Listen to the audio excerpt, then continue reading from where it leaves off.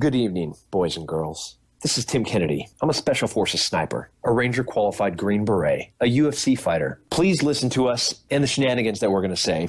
We will insult you. There will be racial slurs. We'll be sexist. We'll offend you. But there will be magic, and a unicorn will be raped. So enjoy the show. Thank you for listening on WTF Nation Radio. What is this Facebook Live? I've never heard of this shit.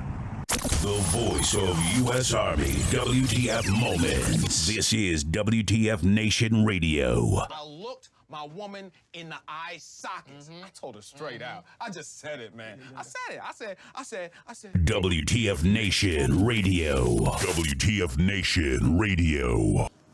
I said, bitch, I'm the man of the house. You said bitch, though. You called your wife a bitch. Yeah. This is a public service announcement from C.T. Fletcher. I will not contribute to the pussification of a nation.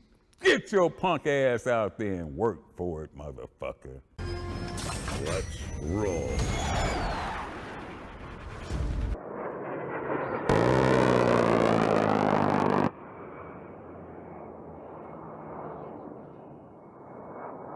Everything stated on WTF Nation Radio is to be considered the opinion of the person that stated it, and not an official representation of WTF Nation Radio or U.S. Army WTF Moments. Price does not include tax, title, or license. Some assembly required. Each item sold separately. Batteries not included. Objects in mirror are closer than they appear. If conditions persist, contact a physician. Individual results may vary. Keep out of the reach of children. Avoid prolonged exposure to direct sunlight. Keep in a cool, dark place. And please enjoy the show. Shots.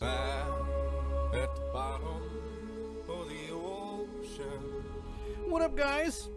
What's going on? Can you hear me? The hello. Oh, now we can hear you. Oh, the hello. I'd like to speak to somebody. What's going on? Welcome to the WTF Nation Radio's Monday edition. Broadcasting live from the Functional Veterans Center of Excellence here on 28 August 2017. Woohoo! Woohoo! With me on the line, I got Front Disc working with the Mao. And then I got Cuffs is out tonight. So I have our esteemed public affairs officer, Flash. What's going on, Flash? Make me feel very special with that. Do you have your cape on? I'm about to say, dude, you're fucking. I got my AFN News hat. Does that count? Practically my cape. Yeah, what is it? I never broadcast without it. Oh man, well, I mean, you are PAO, and you know PAOs. You kind of work behind the scenes, working the magic with other PAOs around. So it's kind of like, and you've been on here a couple times anyway, so it's not like people have not. I dabble. Yeah. Do smashing. So, did you guys catch the fight this weekend?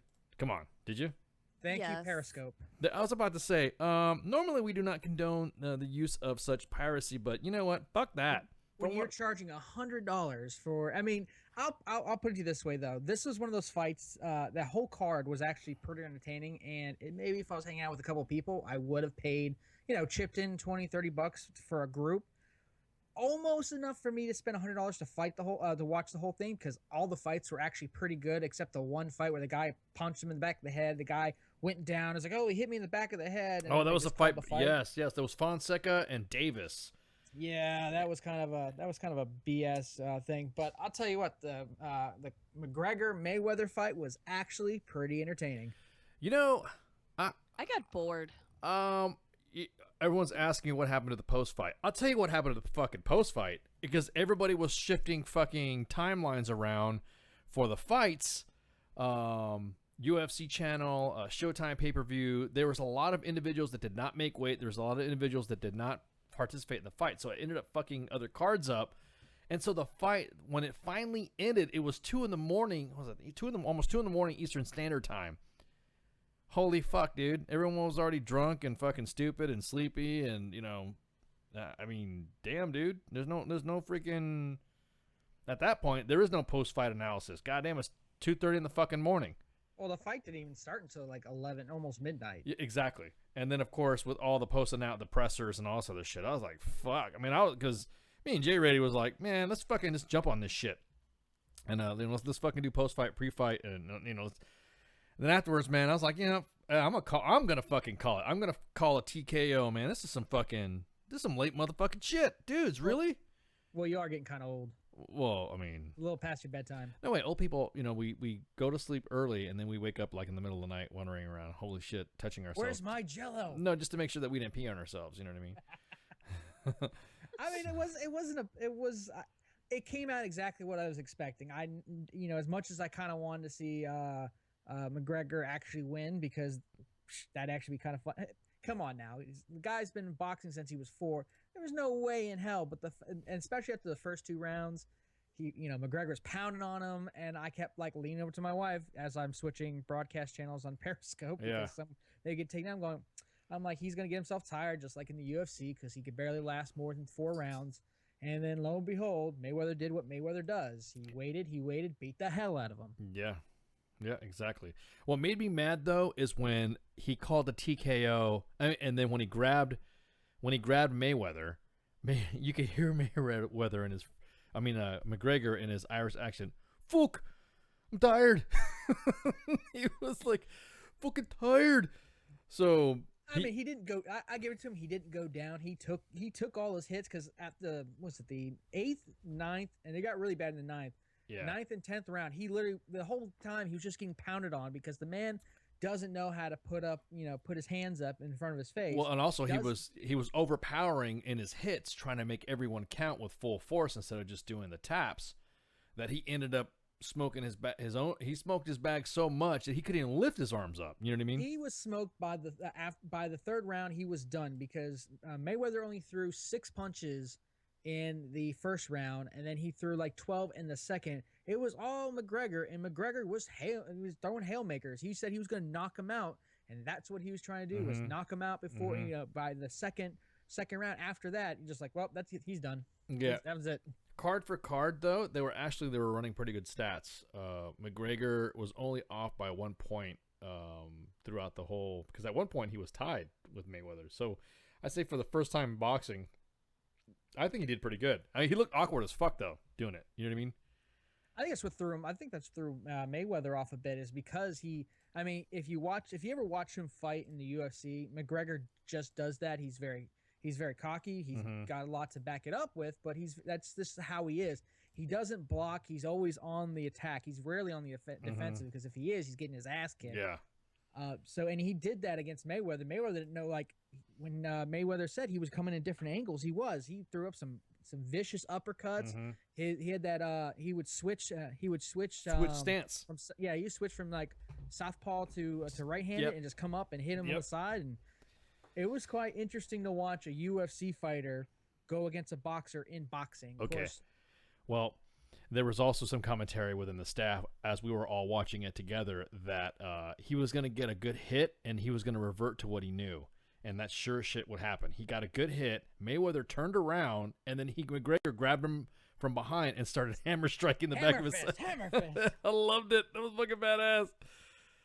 Now, because he just lean into him, he's just like smashing the back of his head. Yeah, Fuck you. You think it's fucking? Do you honestly think that? Now let's reverse the roles. Now it's time to fucking. I think Mayweather should get in the ring, in the octagon, and fight the way McGregor fights. That wouldn't last long at all. I mean, don't get me wrong, Mayweather, whether you like him or not, Mayweather has in some of his later fights, he's been more of a dancer than he has been a fighter. Correct. In Flash's opinion, but he's a really good fighter. He's a good tactician. He ain't stupid enough to get into the octagon, because it's not just fists. You're not just punching anymore. Exactly. You've got those 4-ounce gloves, and you are beating the hell out of somebody. Yep. And you're kicking. Your feet, your knees, hell, some of them even headbutts. Submissions, fucking holds, grips, and all that shit. Hell yeah, dude. Real quick, I just wanted to let you guys know that we have a number rolling on the ticker on Facebook Live and on Mixer. It's for WTF Nation Texas. We have some numbers that aside from calling 911, you can call the Houston Command Center and the Coast Guard, and we got some numbers scrolling up. So after you see the obligatory WTF Nation Radio, the voice of U.S. Army WTF moments, you'll also see a little WTF Nation Texas numbers on there. So that way you can get some, you can call somebody for identification. If you're in crisis, you're going to see some a shitload of fucking numbers for the Coast Guard for immediate responses for WTF Nation Radio, WTF Nation Texas. Yeah, so that whole, you know, hearts go out to the flood victims, and hearts go out to the state of Texas. But yeah, we haven't forgot. We're gonna talk about that in a minute. But anyways, yeah, dude, fucking, I was blown the fuck away. I was blown the fuck away that he lasted that long, and he was landing some good hits. I mean, he was really, even Mayweather was like, holy fuck. There was a couple times where you kind of, you know, I don't like to think of all the conspiracy theories like, oh, the ref was paid and this, that, and the other. And there was a couple times where I'm like, come on, ref, what are you stopping the fight for? But there was one hit, I think it was in the 4th round when Mayweather was starting to pick up his stride. McGregor kind of hit him with this counter, and he hit him so hard my jaw started hurting. And then you just see that kind of the ref just kind of pull them apart, like, no. Yeah. I saw. I was thinking, oh, come on now, you gotta. Come on now. Yeah, let him.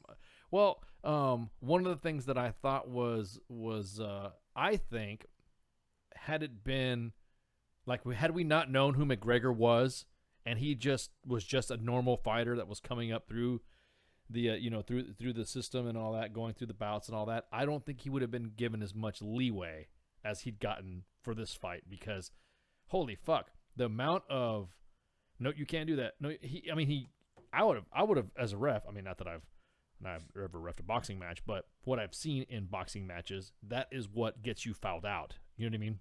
Oh yeah, I mean, hell, was it Tyson only lost 2 points when he bit that guy's ear. I mean, you can get away with a lot, but you're gonna get points taken off. I've seen like a simple, like somebody getting hit in the back of the head and get a point taken away, and they did give McGregor a lot of leeway because it's instinct. I mean, you're gonna he's naturally, like, he gets someone like that, he's just gonna start beating on him, and it wasn't right. But you saw Mayweather, he went from standing straight up at him with fist up, keep going into McGregor, to then he started pissing McGregor off because he kept ducking, he kept staying down at his waist, and then McGregor can't hang there because he's like hitting the back of his head, and then was turning around. He kept turning around on purpose. Yeah, they looked like they were hugging like from Titanic. Yeah, exactly. The memes were fucking hilarious coming from that.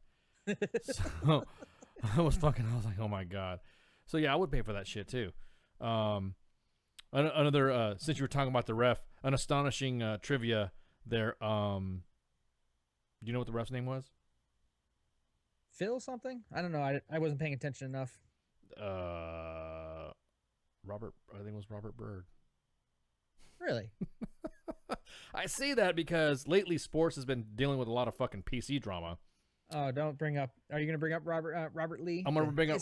Oh, praise by Robert Lee, and he couldn't get on a fucking. He could not announce a UVA fucking sports match because ESPN felt that it was too sensitive because his last name was Robert Lee, and he's Asian.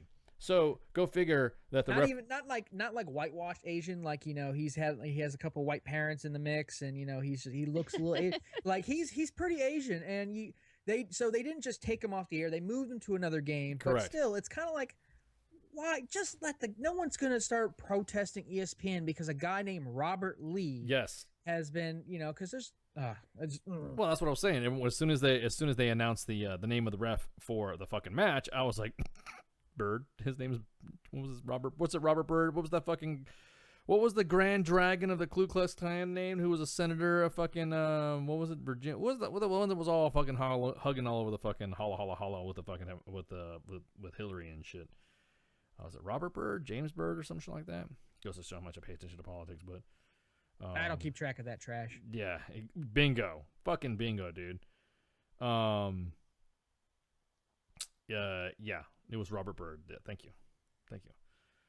Everyone's saying that it was bad officiating. I don't think it was. I think it was a good thing. Yes. It wasn't bad officiating. Nah. I mean, it's one of those weird. I mean, it's a $400 million fight. They made some changes. They made some exceptions because they are bringing an MMA fighter into the boxing ring with Floyd Mayweather. They're going to make some changes and whatnot. So I don't think it was bad. I definitely don't think it was bad reffing. I think at the end, though, The end was, The end was a little the end was the only part that I found kind of dodgy. I mean, yeah. McGregor was getting his ass handed to him. He should have went to the ground.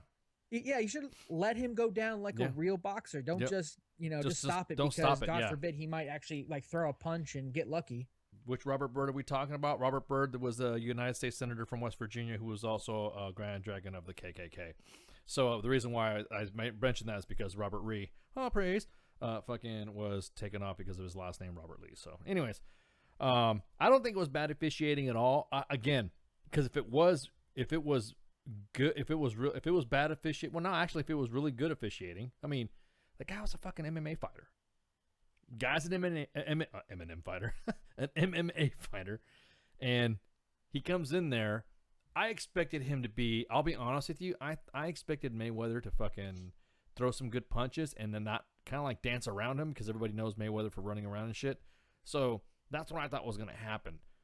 But I didn't realize, holy fuck, McGregor's taller than fucking Mayweather. He's got a reach. When you see him extend his arms out and punch, because you always see him closed up together, you know what I mean? Then you're like, holy crap, damn, that's some good shit. No, I mean, I think the officiating was fair. That's just me. But I didn't have any money on the game anyway, so it's not like a fucking exactly. So, yeah, enough people made money off of that. I wasn't going to throw mine into it. Well, I was about to say, when you got $400 million, you shouldn't get the ass if I'm fucking downloading it or someone sent me a link on whatever streaming event that is happening on. So, besides, there's a lot of people who are paying $80 to $100 for pay-per-view, and then the service cut off on them. No way. Really low quality. I would have been low resolution. Down. Yeah. Oh, exactly. Low resolution, shit like that. You know what cable companies are. Fucking cable companies are worse than the fucking oil companies. Well, hey, a big shout out to all the Periscope broadcasters. They were showing it live. It was awesome because I was able to watch pretty much all the fights outside with a cigar and a thing of scotch, so I was good to go. Yeah. I only had to switch maybe 3 times. Everyone was chilling and not like making it so Periscope would take it down. But all in all, it was a pretty good night. I'm not a huge boxing fan. I think I watched a little boxing with my dad in the 90s and then kind of just boxing kind of went in and MMA started coming up in the 2000s. I started watching that. And I mean, I'm just happy that McGregor didn't kick him. Like, that's what I was waiting for. I was waiting for that one time where he's like, it's good to go, and goes to kick him. Exactly. I was expecting after the hammer strike that he was going to put him like some sort of fucking submission fucking lock and pop his shoulder out or some shit like that. You fucking motherfucking, I thought he was going to fucking go off on him and shit. Or when he had his head down, I was like, don't knee him, don't knee him. Yeah, because you saw him getting close. You saw his... He almost did it once. Yes. I did see him almost do it once where he kind of like had his leg up like, oh no, here we go. Yeah, exactly. That was fucking awesome. It was a good fight. It was worth streaming several links and, like you said, it was worth stealing. It was worth. I mean, come on, dude. I mean, it was like piracy is not a crime. Well, fuckers, you guys are gonna listen to this show. You're gonna steal this fucking vid that we were playing anyway. You give me $100 and then I'll buy it. Don't you tell me piracy is not. Go away. Yeah, exactly. People are getting too stupid now. It's like fucking hurt feelings. This shit to talk about this stuff. So I mean, the cheapest tickets, if you were actually there, was like was $10,000. Yeah. And some people to be on like right next to the ring was somewhere up in like the 60 and 80,000 or some crazy number. Yeah, fuck that. I'm good. I don't care enough about them to want to watch that and pay that much money. I'm sorry, not unless I'm getting like fully surround sound and they're actually going to send a butler to me to pour my scotch for me. Yeah, exactly. No, I'm good. I'll do what I got to do to watch it. But exactly. That's about it. And Hooker served me fucking Buffalo Wild Wings. So damn right. Hey. No, I'm using the Minx term for women, hookers. But yeah, so I thought it was good. Again, I thought it was good. I'm not disappointed. We were gonna, like I said, we were gonna fucking do a post fight thing, but holy fuck, it didn't seem like it was gonna stop because after the match it was over. Then they had the post fight presser that went for a while. And then they had some other fucking motivational shit going on. So by the time everything was done, it was like 2:15, 2:30 in the fucking morning. And I just said, screw this shit. They ain't gonna fucking do it. People are still trying to decipher what the hell McGregor said during his post-fight interview in the match. He fought like a Mexican. I didn't. I don't watch enough boxing to get the reference, but he was just like, he kept repeating himself. I'm like, oh man, his brain's on repeat. Somebody help him. Hit him in the back of the head to fucking knock it off. Now, like I said, it was really A really impressive event. I wish them the best and all that stuff. And they also they took it out on everybody. I mean, think about it. They hyped up the biggest fight. They had hyped it up bad. And it all started over a woman. You know, usually guys fighting all the time. Usually it's over a fucking woman. Isn't that right, Mom? It's usually a woman that fucking ends up starting fights and shit, right? I'd have to agree. Yeah, exactly. It was Ronda Rousey, right? That had the first issue and the first shit talking that came back and forth. And then the next thing you know, that's when McGregor's It bit her in the ass. Well, yeah, it did, but it didn't. But that's what generated the buzz in the in the feud and the beef, the shit talking and all that. So that's what ended up happening. Anyway, I fucking see it. It was a brilliant marketing technique. It was pretty good. Picking a girl.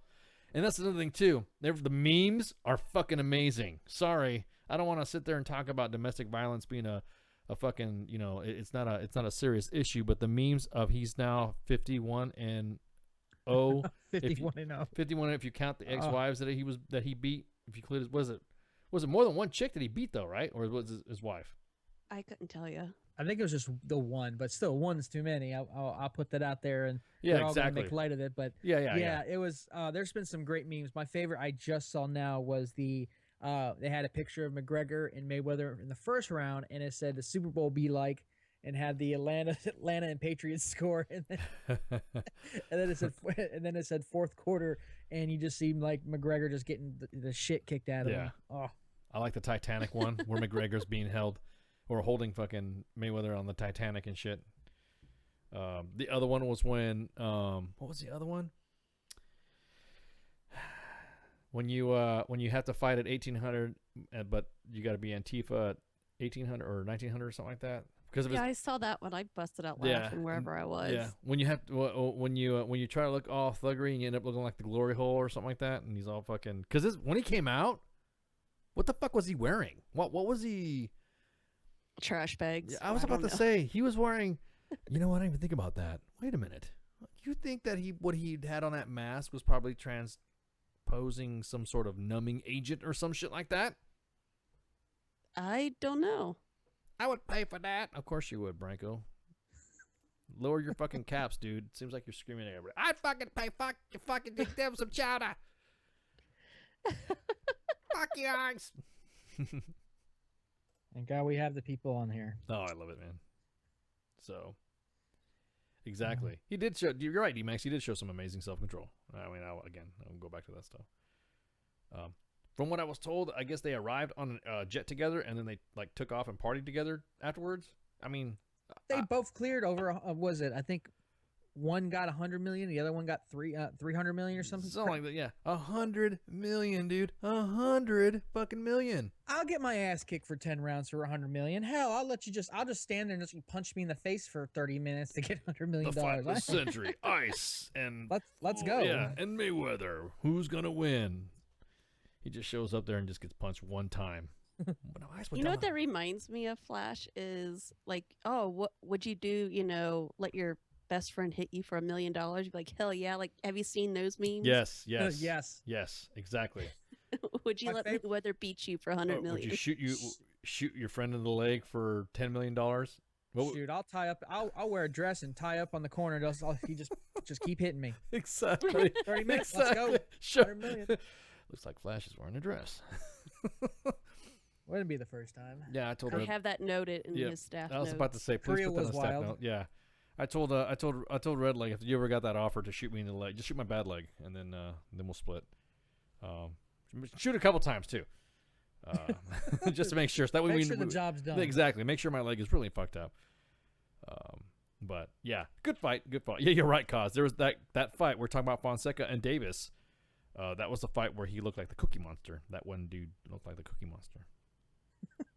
He had this weird looking, actually looked like a blue tip penis, furry penis. He looked like a penis. He looked very peanut. He looked like a phallus.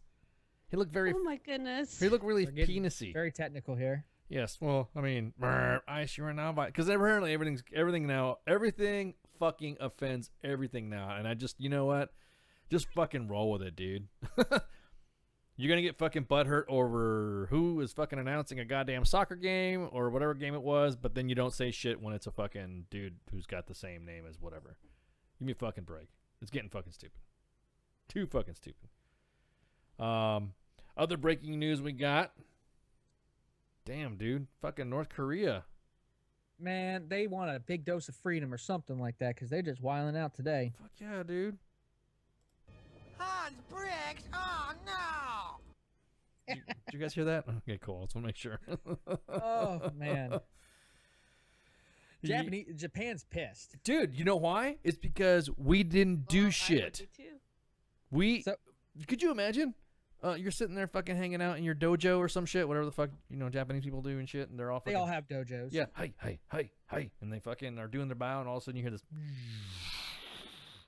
And then they're expecting, oh, here comes America. You're going to come help us, right? Nothing. Well, see, their prime minister came out and said that North Korea fired a ballistic missile that passed over the, I'm probably going to botch it, so if you're Japanese, please don't yell at me, Tohoku region at the northern edge of Japan. Like, actually went over Japan. That was one of 3 they fired. And local government actually urged people living in the area to take refuge in solid buildings and underground shelters.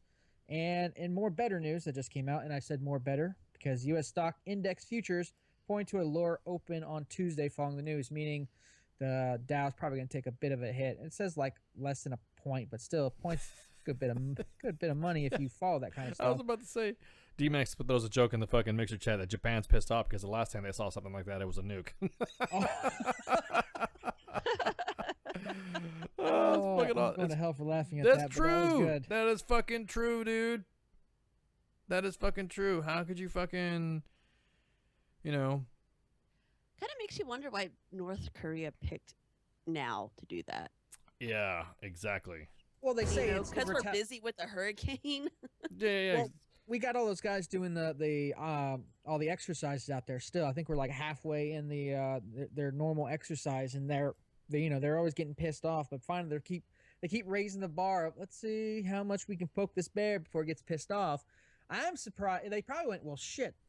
Secretary of Defense Mattis said that he was going to end North Korea if they fired at Guam. They went, well, let's go fire at somebody else.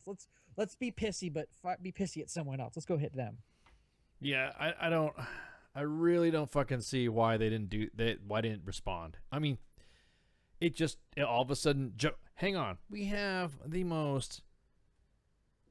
You know what? I think about it though, not to wear a tinfoil hat, but lately around that area with those ships colliding and shit, and us getting a late fucking detection on a missile flying over, and Japan had to tell us. I think there's some fucking tomfoolery going on with our systems. Well, Navy guys just apparently can't drive ships anymore. They even had an article that came out yesterday talking about how because they've gone to so much technology that no one actually knows how to drive these bad boys anymore.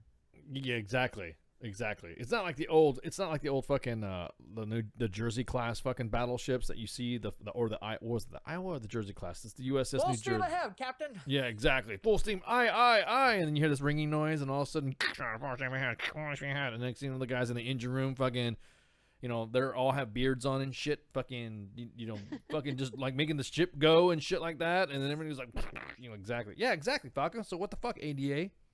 Y'all Not anymore. Now they just got one bloke watching, watching his Game of Thrones on his phone as the ship's going. I'm watching this. Don't worry about it. Yeah, exactly. There you go, Hans Briggs. How you like that, you fucking cocksucker? So, I don't know. North Korea is just like, as much as I don't want anything to happen, no one wants to actually go and, well, maybe it's just the PAO in me. I was like, I'm good without the fighting. Let's just talk shit. But they keep forcing. And it's one thing to piss us off because we're bound by the hippies not to do anything or people get mad, but now you're pissing off everyone else who has a full right to do whatever they want. Now, I don't believe Japan's just going to go off and start firing missiles into North Korea, even though they'd be funny as hell, but still, it's got to send some kind of message that when are we actually going to do something now that our allies are getting, a little shifty in the gears. We're showing our ass. You know what I mean? We're showing the fact that we're not we're lacking, and in that world, your messaging is becoming is starting to become not very credible when you keep talking about what you say you're going to do. If North Korea keeps doing this, we're going to do this. If North Korea keeps doing that, we're going to do this. If North Korea keeps doing that, it's kind of like when you have a toddler and you tell a toddler, if you do that again, I'm going to smack your hand. You know what I mean? You do that again, like it's over and over and over. But you don't end up smacking the toddler's hand. You just let the toddler keep reaching for the hot stove. Yeah, and then the toddler burns himself, and you're like, "Oh, see, I told you shouldn't have grabbed it." My son's going through that phase right now, except my wife is the don't touch it, don't do it, I'm going to, spank you. Don't do it, I'm going to spank you. 30 minutes later, still no spanking. I give him the 1-2, get up, kick his little ass. But you're right. We haven't done anything. We've, yes, we did the big sanction package that everyone agreed with, which was kind of crazy.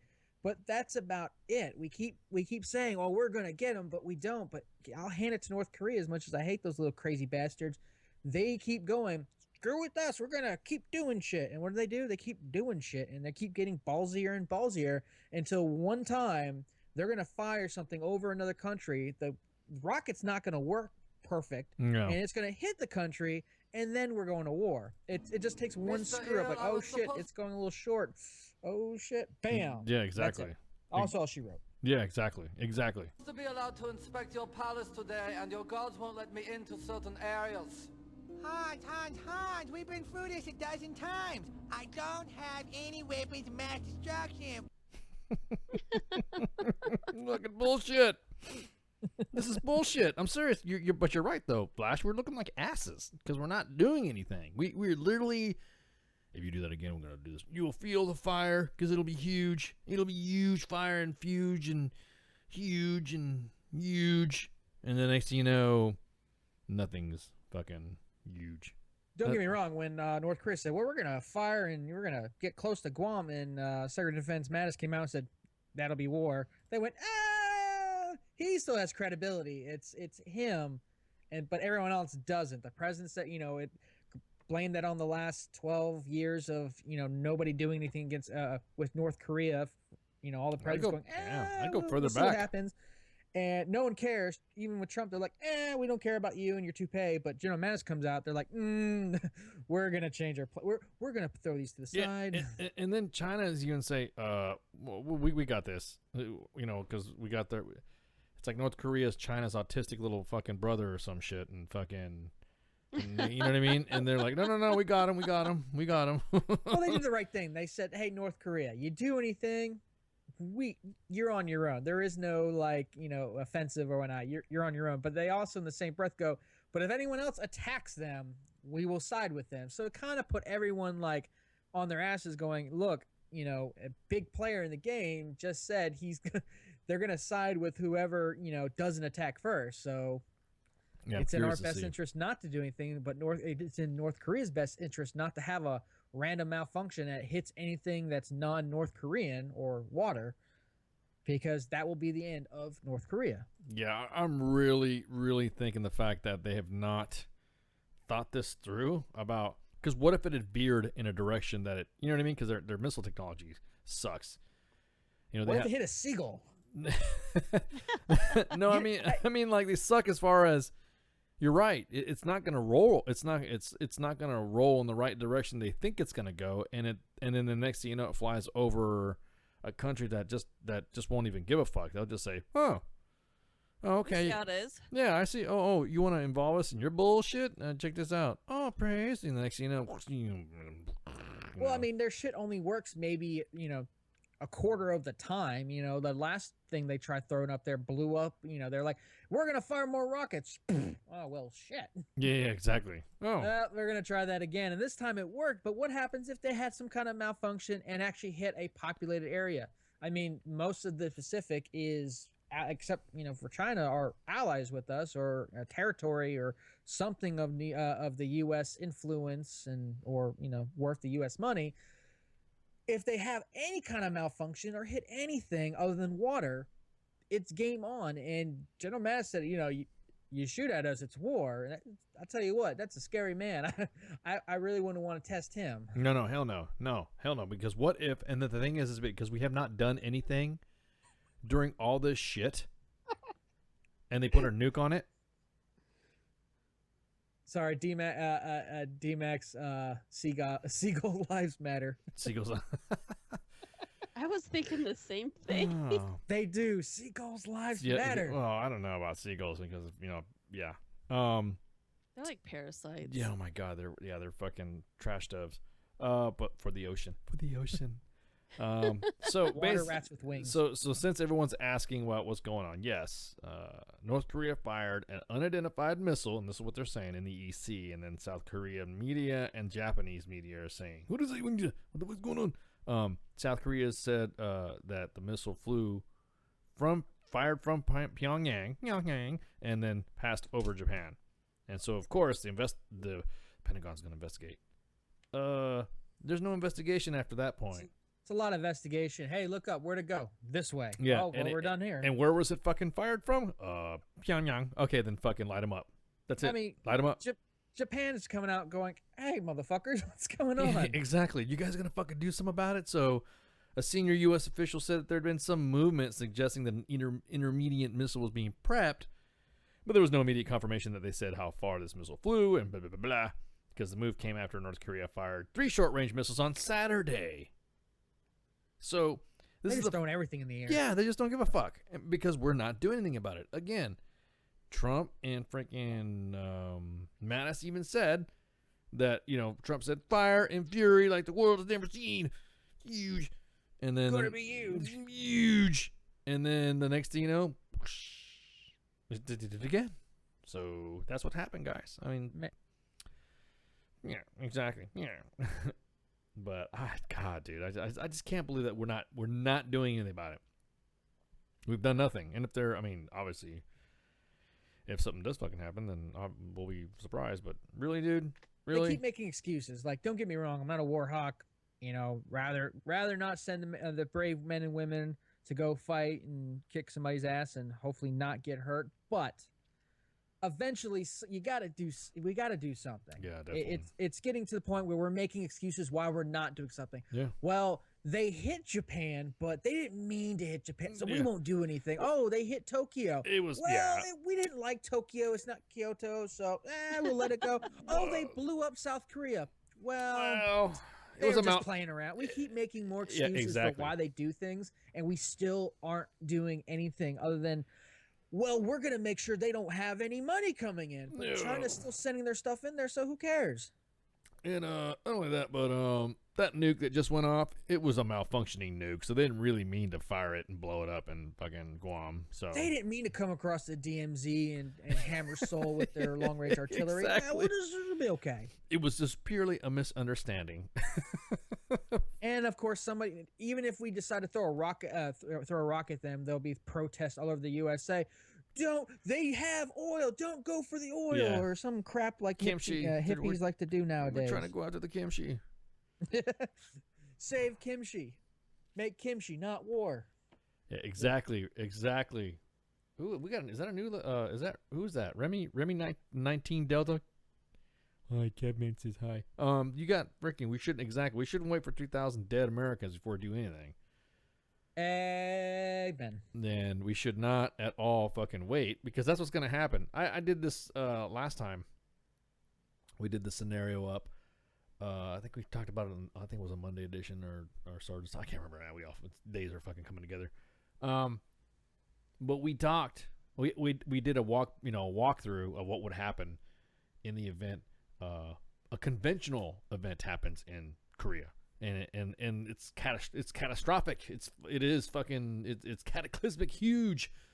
Just what you think is not gonna fucking happen, bullshit. You guys got to remember, these guys have had over fucking since 1953, 1954, fucking stockpiles and stockpiles and stockpiles of everything pointed at Seoul, which not too far away from the border. I think it's like 22 clicks. Not far at all. They have like long range stuff even farther back that can hit Seoul and Yongsan, and I mean honestly they can hit half of South Korea and demolish if they really wanted to. Mm-hmm. If they really, exactly. And then what are you gonna do then? You can't say fucking you're gonna have to go in and do this and do that. By that point, by the time you decide what the fuck you want to do and have press conferences and then not upset everybody and have people butthurt about what you're going to say, what you're going to do, because currently right now the administration currently in office just can't win for anything. So yeah, I agree. Donald Trump saved a rabbit, then would be like, Donald Trump hates hawks. Yeah, exactly. Like, I didn't vote for the guy. I really don't like the guy. Find him comical at the best of times. I find him a nuisance and horrible in the worst of times. But the man could save a kitten. He could save a bunch of angels falling from heaven, and still people will find a way to be pissed off him. And I'm of the agreement of wait for him to do stupid things. You only have to wait 3 minutes or so. Wait for him to do stupid things, then get mad. Not get mad for every little thing. He breathed oxygen today. That son of a bitch. How dare he? I was gonna say he could save Houston right now. He could go down there and be Moses and part the waters and save all the people, and people be like, that son of a bitch. Protest his ass. Let's go to Trump Towers and throw red things on fur. Oh no, that's vegans, PETA. I'm sorry, PETA's. I got in an argument with PETA on Twitter the other day over those. I know. Don't kill animal. Take selfies, not animal lives, or some crap like that. So I sent them pictures of my cousins who are hunters. Bad PAO. That use that filter. yeah, bad PAO. It was fun. They actually answered back, and then and then they cited their own article saying that hunters doing that are spreading their message. And then I say the article is coming from your own website, lends no credibility. Then they decide not to say anything. Bunch of bastards. Yeah, exactly. Oh, what was the it's like 10.2 million is the population of Seoul.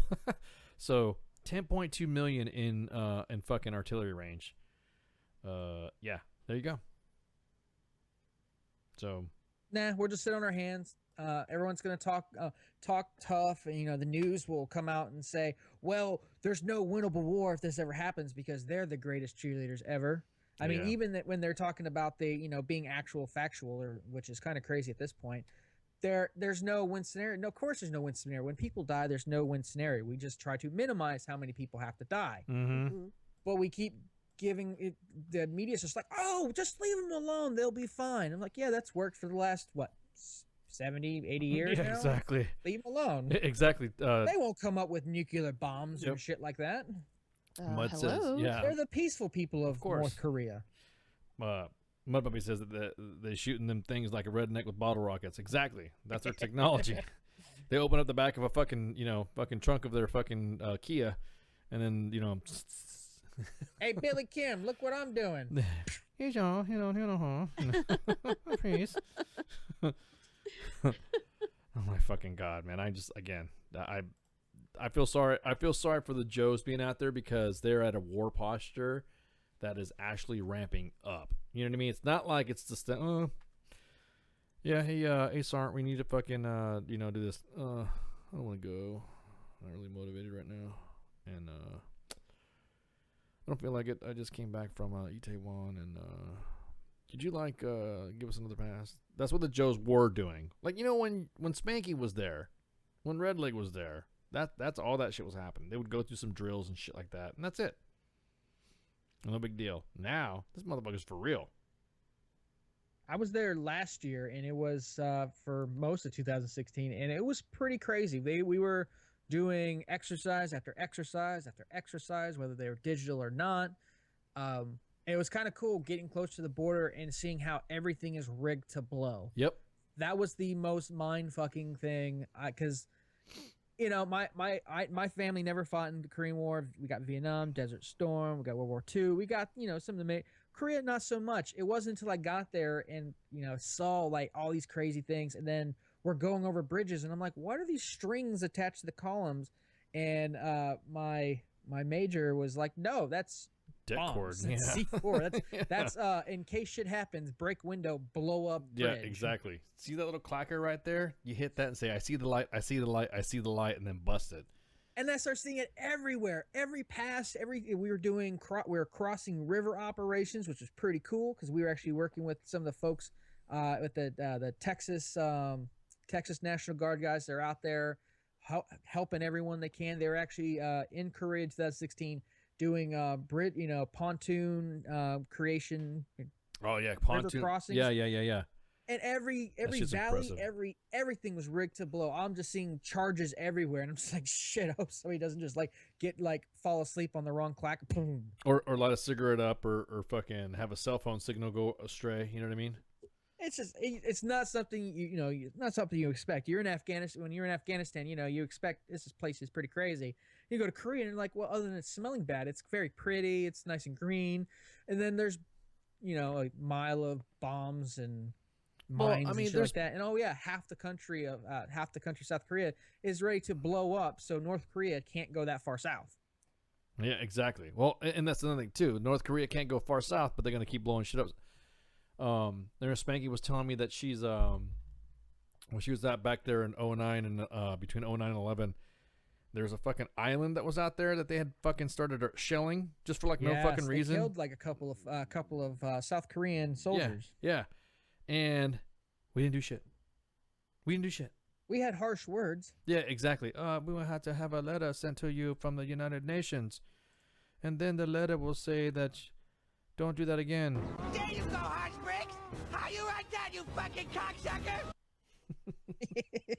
It was pretty crazy. I mean, they actually fired on a disputed island. Yeah. Killing South Korean soldiers, and we went, well, it goes to that whole, we're gonna keep they didn't mean to do it. They were shooting on the other side. And there was some people there that was for probably fuck's sake, shouldn't have. blow them up. Damn, dude, I got you fucking triggered. When it comes from a messaging standpoint, you're very correct. You can't. Eventually, you're gonna have to put up or shut up. And we, we have Donald Trump in office, so we're not gonna shut up. We just made Twitter more popular. But it's everyone finds it a joke because we have the biggest nuisance in the world right now, at least the most prominent, is North Korea, and we have yet to do anything other than try to take money away from them, which they're like, oh, I guess we'll just starve 100,000 more people. Oh, well. They don't care. They're living great in the capital. Yeah, exactly. It's the Hunger Games all over again. Well, there was also a time that the South Koreans at one time just recently said, shut up, U.S. If you're not going to do anything, just shut up. And I can't even be mad at them. Can't even be mad at South Korea said, dudes, shut up. If you're not gonna do anything, just shut the fuck up with the rhetoric. And I'm like, God, dude, we're like really fucking looking like asses. So, WTF Nation Texas, look at the bottom of the scroll. You're going to see some phone numbers come up. And these are, in addition to calling 911 or the U.S. Coast Guard, it's the Houston Command Center. And you're also going to see some phone numbers scroll across. Or also PM the main page if you're in Texas or would like to support Texas for hurricane support. Just PM the main page and message the main. We have members ready to go, rock and roll. They're probably gonna get mad because I just said go to the main page to get more shit, to do more work. Yeah, that'd be all right. So you 281-464-4851 as you call the Houston Command Center, and that is the first number because then the rest of it is it's the same prefix and area code 281-464, and then it's 4851, 4852, 4853, 4854. So, and if those are the numbers we would use, 4852 would be for people in distress, and just call them up. That Coast Guard, and one thing I could say is you're really seeing. I think you're really seeing the best of us as Americans to see every color, every race, every age, every demographic helping each other, and you don't see any fucking drama. I mean, you're just seeing fucking people going out there and helping their fellow Americans out, and that's what it's all about. It's not fucking all this fucking drama and shit. I don't know. We have seen minority Leos assisting Caucasian victims and vice versa. We've seen animals, we've seen kids, we've seen, now, of course, there's been some loss of life now being reported right now, breaking. The one image that I saw that really fucking made me go, holy fuck, was those old people in the fucking rest home. Yeah, I saw that and made me want to go back to Texas, go help them out. Yeah, dude, you ain't lying, man. I was looking at that shit, I'm like, you gotta be kidding me. And what can they do? The one that really got me was the old guy that was staring at the wall, just sitting in the fucking wheelchair, and he was up to his waiting. Yeah, just up to his fucking chest in fucking water, and I'm like, you've got to be fucking kidding me. You have to be fucking kidding me that. And of course, nobody don't fucking go after me and say that, I'm taking up for the government. It was not expected to fucking rain this much. And this fucking hurricane is a prick because it was starting to come in and it swelled, became a Category 4 fucking hurricane when it hit. And then due to affected weather changes on the East Coast and the West Coast and the North, it went back out and it's coming back in. So they're expecting up to 50 fucking inches of rain. Hurricane Part 2. Yeah. Holy fuck, dude. And there's exactly that, Falcon. Some people can't go. Some people really can't fucking go. You know what I mean? It's some individual like that rest home.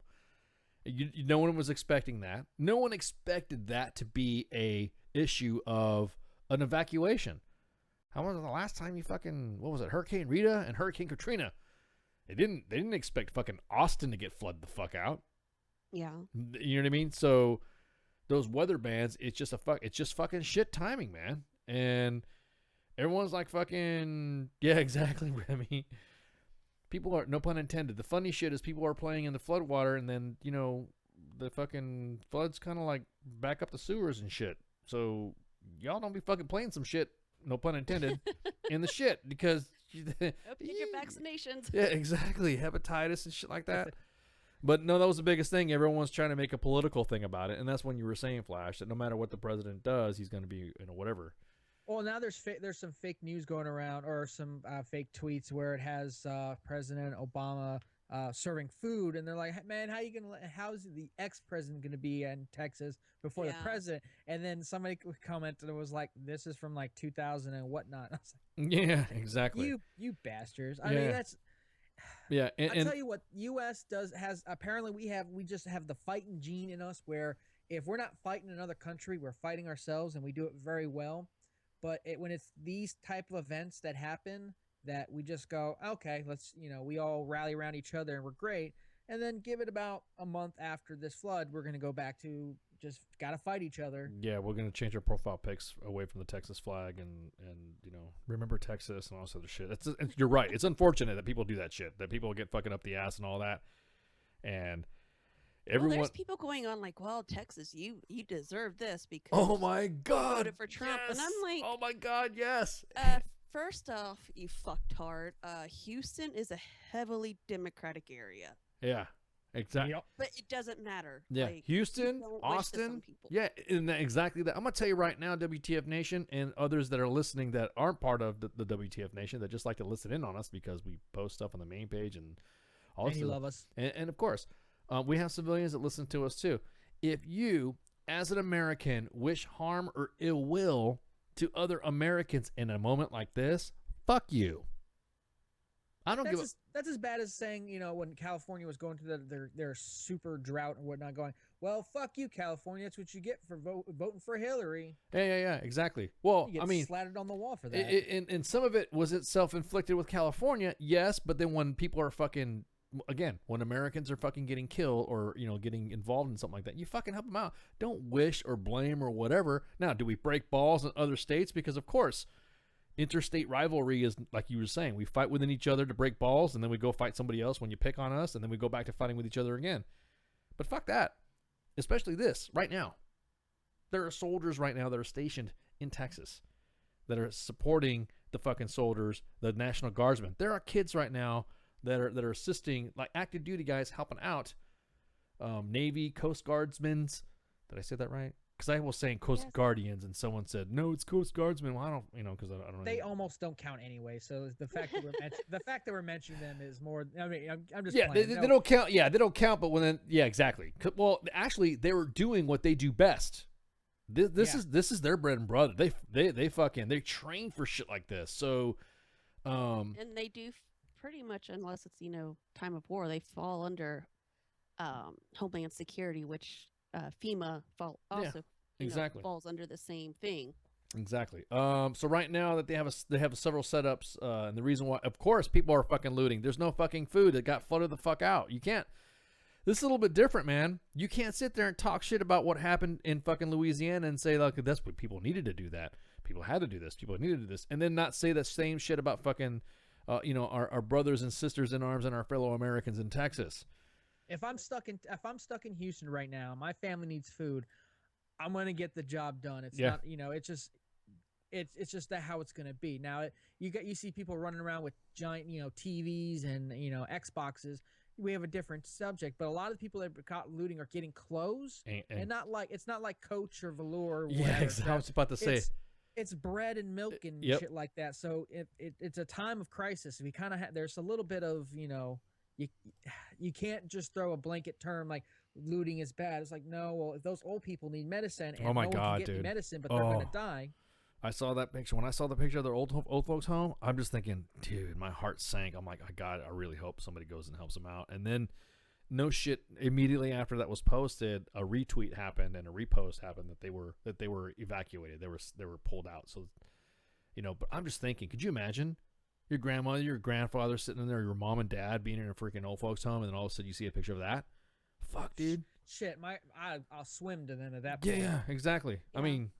And a big shout out to, I have a couple of friends that are 1st Cav Division, Fort Hood, that actually took their boats down to Houston and are assisting with recovery operations. So I told them I'd give them a shout out because they're badasses, and of course they're Cavs. So if you ain't Cav, you ain't shit. Thank you for representing Cavman.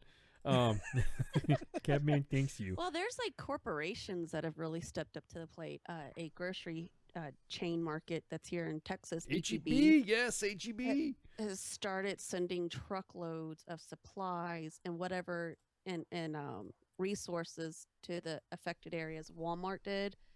Anheuser-Busch, they quit producing their beer production to like a water, production. They just, fill up those cans of water to send to.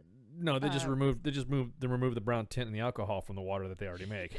I mean, I know what you're saying. Yeah. Beers, there you go. And then another, I don't know if y'all have ever heard of Buc-ee's. Yes. I miss Buc-ee's. I do too. Oh, they have some awesome fajitas. But anyways, indeed, they have allowed first responders to stop at their stores, fill up, get food, like hot food, not something that's just been sitting around in a cooler like lunch meat, and hot food, whatever they wanted from their store to take with them at no cost. Oh man, that's good shit. Real quick again, if you're looking at the Houston Command Center numbers, 281-464-4851, 4852, 4853, 4854, 4855. Just check out the ticker on the bottom. Rules from the Coast Guard in that area specifically say stay calm, don't panic, don't go in the attic because the rescuers cannot see you in the air. Get on the roof to be seen from the air. Wave sheets or towels to be noticed from the air, and then they'll be able to help you out. And again, everyone pulling together. I miss Whataburger too. Everyone pulling together.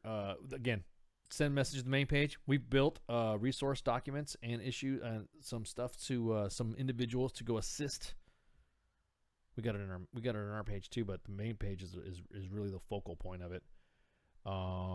We have Guardian Overwatch on standby too, and so I mean we're ready because right now it's still raining and all that, but we're trying to. The best thing to do right now is to evac, get in the shelter, and then fucking once the cleanup efforts happen, that's when everything's gonna start getting kicked in. So right now it's rescue, trying to get people evacuated to high ground, trying to get people evacuated to some shelters, and then we'll be rocking it. Oh, there's another thing. Don't bring it upon yourself to just go down there to help. Yeah, exactly. You have to coordinate. You need to find an organization. Yeah, that's already involved. Again, contact PM the main page. We'll be able to point you into the right direction of individuals that are already doing some relief efforts, because you don't want to get mixed up in something and not be considered. I don't want to say hostile, but you'd be considered. You know what I mean? You'd probably get in the way of an effort that is more than likely gonna kill somebody if you get involved. Or you may not be aware of some danger that they're avoiding, and that's why they're not there yet. Oh, look, there's people with a house in there, and you may not realize that it's because there's rushing water or they're waiting for a helicopter evac. So anyway, we're going to go ahead and kill the Facebook live feed because we're blabbing. We got a guest tonight. Woohoo! We got a guest, man. So the Facebook live feed is going to get killed. and then it's going to be brought up again. We're going to play some music and all that, but it's going to get killed, and then it's going to be brought back up with our guest, Roses on Red. And they've been on here before. The last time, you know what? This is eerie. The last time we had a storm, and we couldn't broadcast. Our connection sucked because it was a heavy storm, and one of the members was sick. And so now they're going to come back on here and talk about their album, their new extended play release of Vultures. So we've already had them on a couple of shows. I'm going to play the video again because everyone said they liked the video. And so let me get this thing set up so that way John and Allison can come on here.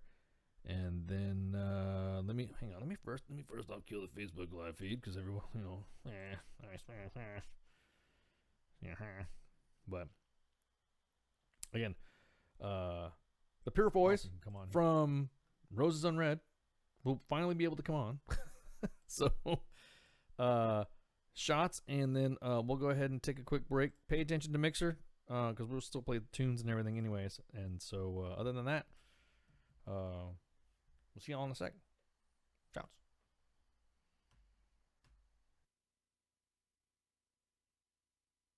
Split with this and don't slip on a funky dope track, jump back. Strapped with a fat Buddha sack and a 7/8 Mac, don't clean. Gangsta lean, I got green, but I serve dubs like it ain't no thing. I hang with OG players, don't set trip, or you might get what we call a rat pack. I don't slack when it come to street. I kick real G-funk to a gangsta beat. It's so sweet when you got money to spend. I got a proper big tilt and a fly big bands. I make ends, spend my dough on no foe. That's how it is and that's how it goes. Act like you know when I creep real slow, giving love to them players that I know is real G. When I was just a baby, my mama told me like a G-star, an OG star, a real player named Easy, and I live my life straight crazy. Don't need no punk fools paying me, and road groupies and hoochies don't faze me. I take 2 steps back and release myself to put platinum and gold on a record show. I don't brag, but I tell it like it's straight up is. Before you do a record, partner, handle your business, and don't get caught slipping on the under, or you might wonder what's up on them ends. I call a spade and get paid. G showed the way, so I give love to him. when I was just a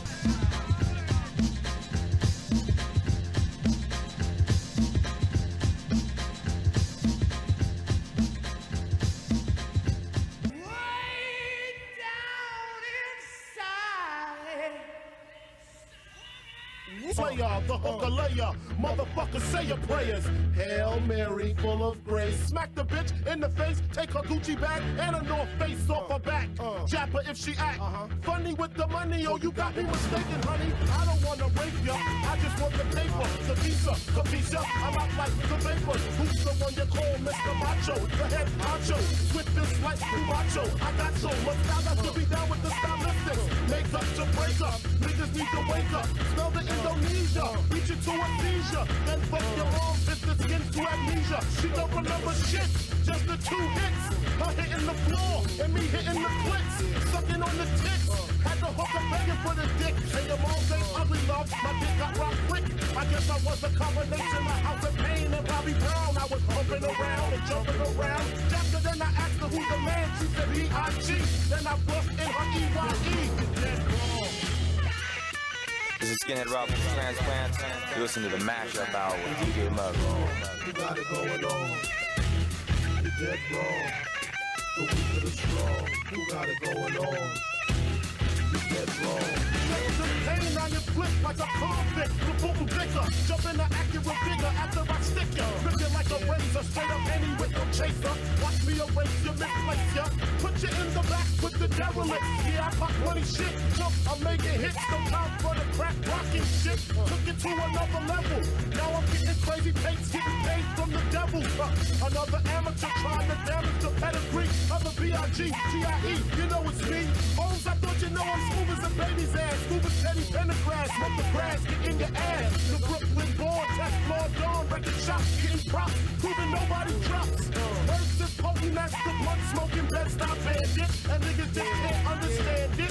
I bust a cap for the brothers in Nat, Comstock and Clinton. You know my shit is hitting. Yeah, y'all, the fly nigga, Biggie Small. Get paper, make a nigga wanna dig up in their drawers. With the burner, catch a body, I got styles like karate. Jiu-jitsu, when I hit you, then I split you. Like a cantaloupe, hope you got a rope to hang yourself. I round for self from Brooklyn, where else? Back like a Lexus coupe, I ripped your troop. Not even Lois Lane could get the scoop. What, you think I'm stupid? My crew is mad deep, I hope you niggas sleep. Yo, big, you're dead wrong. You got it going on.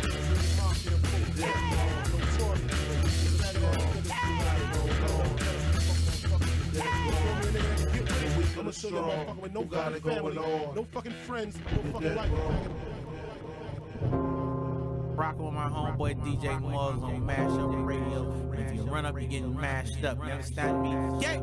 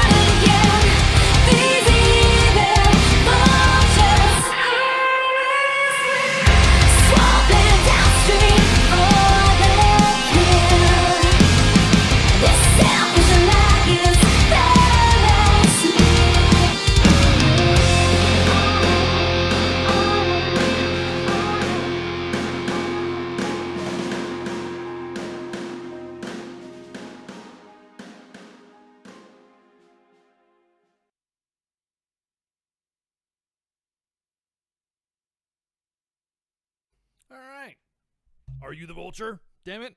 What's going on, guys? How you been? Doing good. I mean, you guys aren't the vulture, but I'm just saying. I'm just quoting one of your.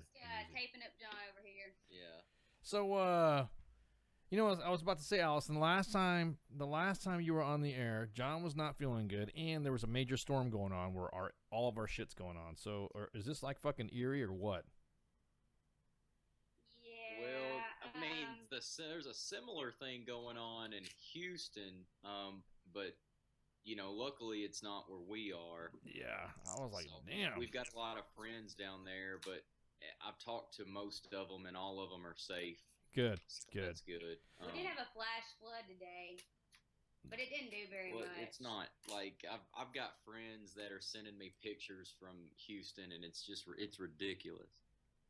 Yeah, it is, especially when you see the drone footage and you see who's everything right now. That's just got some news being released that they're going to let out one of the reservoirs, and it's unfortunate because these reservoirs, if they take too much water in, then they'll cause some major damage and make it worse, and they have to make the hard decision of releasing some of that water out of the reservoir, and it's going to flood out some smaller communities. So that shit that is a whole thing. It's just oh man, that's a tough decision to make, man. That's when I couldn't imagine being in public office or whoever's in charge of making those decisions, and you know, it's like you've got two piles of crap and you got to choose between one of them. Exactly. Do you want to eat the runny crap or do you want to eat the solid crap? You know what I mean? So, for lack of a better way of putting it, I guess. Yeah.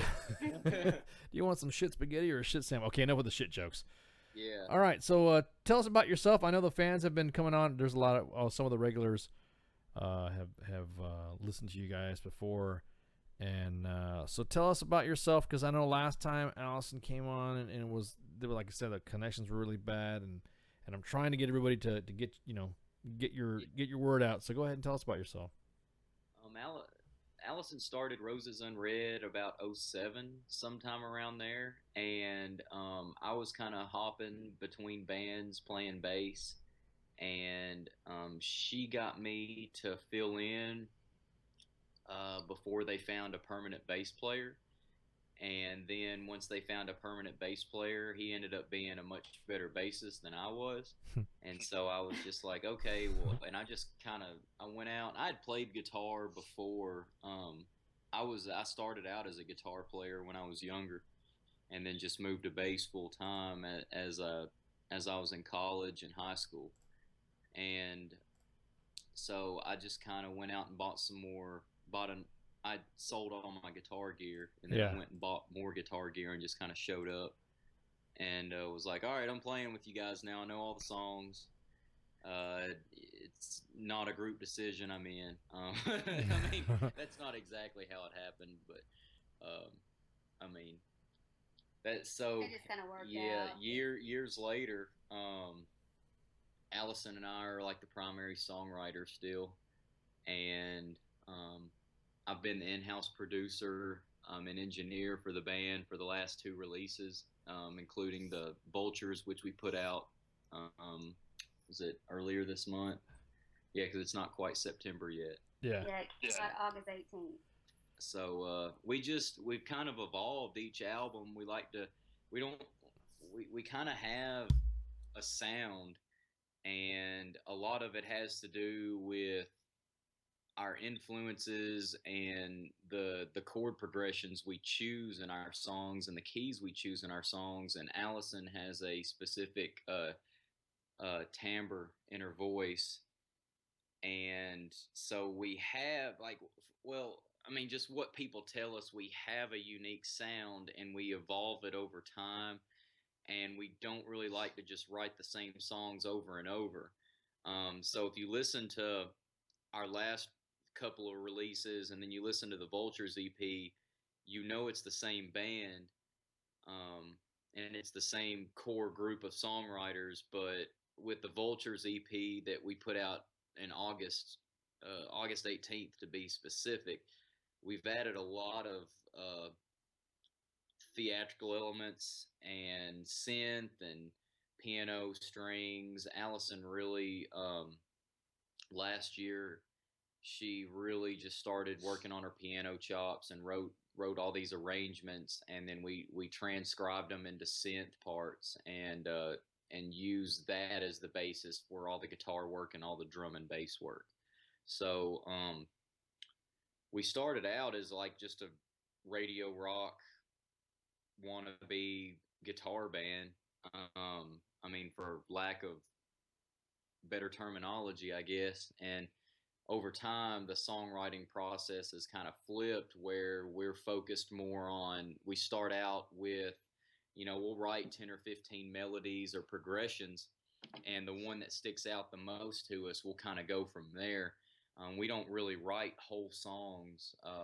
Some bands, they'll write 10 or 15 whole songs and choose one. We'll write 10 or 15 parts, and the one that really hooks us in and we're the most passionate about, we'll write the rest of the song around that. So yeah, we consider ourselves space pop metal is what we tell people, and that kind of gives us. I was about to say. look, So what do you call that genre? So like space pop metal. We want to be like space rock, like 30 Seconds to Mars and Starset, but yeah. Pop, because we're really highly influenced by like Katy Perry and Taylor Swift and Ariana Grande most of all, and we at our core we're all metalheads, like Seven Dust as the whole band, like Seven Dust and Lamb of God and Slipknot and Machine Head. That's what we all are just really really into. So and our bass player, he's big into like Motown and that whole era of music. And I grew up playing, I was taught to read music and play bass by a jazz guy. And our drummer grew up playing like Southern rock, Leonard Skinner and stuff like that. So it's just a culmination of every single influence you could possibly imagine, and we just kind of lump it in together. So I'm sorry, I cut you off. No, you're good. You're good. No, you're on a roll, man. No, you're probably getting inspiration right now as we speak. Yeah. So what comes first, the lyrics or the music? One of the questions in the mixer chat. What do you? Is it a specific situation that you know what I mean? And then bam, that's the lyrics, and then or do you just like, I like this tune. Now we got to sing put some lyrics to it. How do you come across? I know Allison said Vultures is about people constantly freaking picking at you and all that, and the way that's her harmonic singing, we could fucking relate. So, so do the lyrics or the music come first? Is it mission specific, I guess you'd say? It just kind of depends. He might have a riff, or I may come up with something on the keyboard and it'll start talking to me. I don't even have to write anything down. Just like I'll write it down so I don't forget, but it's nothing I have to look down at. But majority comes from things I've already written, and I'll just pull out a book and see which poem will fit that mood, because I'm a poet at heart. Like that's what I started off as, and so I'll just write something, and if I find it has a good groove to whoever's writing, then I'll run with it. But I make sure, of course, that the emotion fits with like the melody and the feel of it. But yeah, it's kind of either or. So tell us about Vultures. I know the song Vultures, everyone was talking about it and all this other shit. So I want you to sing to not sing, of course. You're a singer. Let me say that. Yeah. Explain Vultures again for the audience that didn't catch it last time. What's it about? The song. The whole last year and a half was a really rough year for us. So the majority of writing was just done in that year, and we just kind of summed it up at the end of all of it. But just felt like everybody was giving up on us, and we had a lot of people that were really close to us who passed away, and we had a lot of losses. It wasn't a good year, but Vultures came out of it, and like I said, like you said, just felt like life was just eating us alive and picking us apart, and the only thing we could do was just sit there and let it happen, because we had zero control over the situation. It was just kind of helpless. But I've been telling people that I thought the silver lining, I'd found a light with that, but I really ending this album and putting it out and finishing it, that was my silver lining. did it at all feel like, God, why am I? It has to be the love, because I know. I mean, you were saying you had the last time you said you just felt like you were getting beat down. Did you at any time feel like, you know what, I'm done with this, or did it actually help you inspire more within your poetry as well? Oh, it definitely inspired more for me. You know, it's easy to sit there and say, "Oh, I'm done with this," and just give up. But you know, I don't know. For me, it's easier to keep going, even though it causes me a lot of issue at times. But it's my outlet. So even though it troubles me at times, I still need it. You know. So did just John just like sit there and kind of help out with it, or was it more of a, hey, see if this sounds good with that? How does it work with this? I mean, was it more of a collaborative effort, or was it more just like, meh, move out of the way, I got this? Most of the songs were me coming in the evening and sitting down in the studio and Allison saying, "Hey, I wrote this little, 8-measure thing on the piano, and I kind of have a melody and maybe some lyrics with it." So we've got an acoustic piano on one side of our practice space, and in the studio we have a keyboard that's hooked directly into Pro Tools. So, we would fire the studio up, and she would record it, and we would get the tempo and everything, and then change the key if necessary. Three of the 5 songs were written that way. One of the songs, After All, which is number 2 on the EP, Allison wrote the intro part on the guitar, on an acoustic guitar, and brought it to me, and I changed it a little bit. I basically said, make this not sound like crap.